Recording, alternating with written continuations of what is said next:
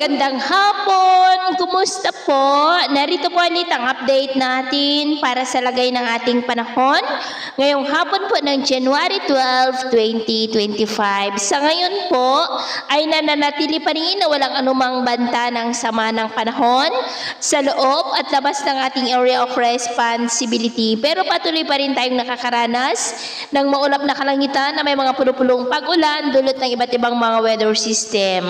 Amihan ang nakakaapekto dito sa malaking bahagi ng Luzon, easterly sa may Mindanao at shear line sa may Visayas. Ang shear line ay imaginary line ng hangganan ng malamig na hanging amihan at mainit na easterlies na nagre-resulta rin po yan ng mga pag-uulan.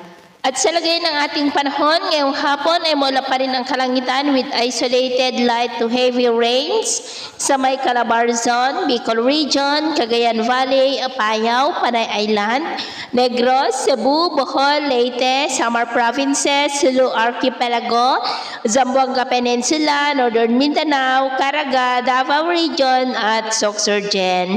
At mamayang gabi, posible pa rin ang may malalakas na mga pag-uulan sa Calabarzon, Bicol Region, Mimaropa at may mga isolated light to moderate rains dito sa may Cagayan Valley, ilang bahagi ng Metro Manila, Panay Island, Negros, ilang bahagi ng Cebu, Leyte, Samar Provinces, Zamboanga Peninsula, Lanao Provinces, Sorsogon at Davao. Kaya mag-ingat pa rin po tayo sa mga banta pa rin ng mga pagbaha at pagguho ng lupa. At sa atin naman pong mga baybayin, iwasan na muna natin ang papalaot sa kanlurang baybayin ng Luzon at silangang baybayin ng ating bansa, maging sa mga baybayin ng extreme Northern Luzon Islands kasama ang Northern Seaboard ng Cagayan dahil ang mga alon po dyan ay posible na aabot sa 2 to 4.5 meters height. Kaya hanggat maaari po ay iwasan na muna natin ang papalaot dyan sa mga may kulay pula para mas makaiwas sa mga sakunang pangkaragatan. So yun po muna ang latest update natin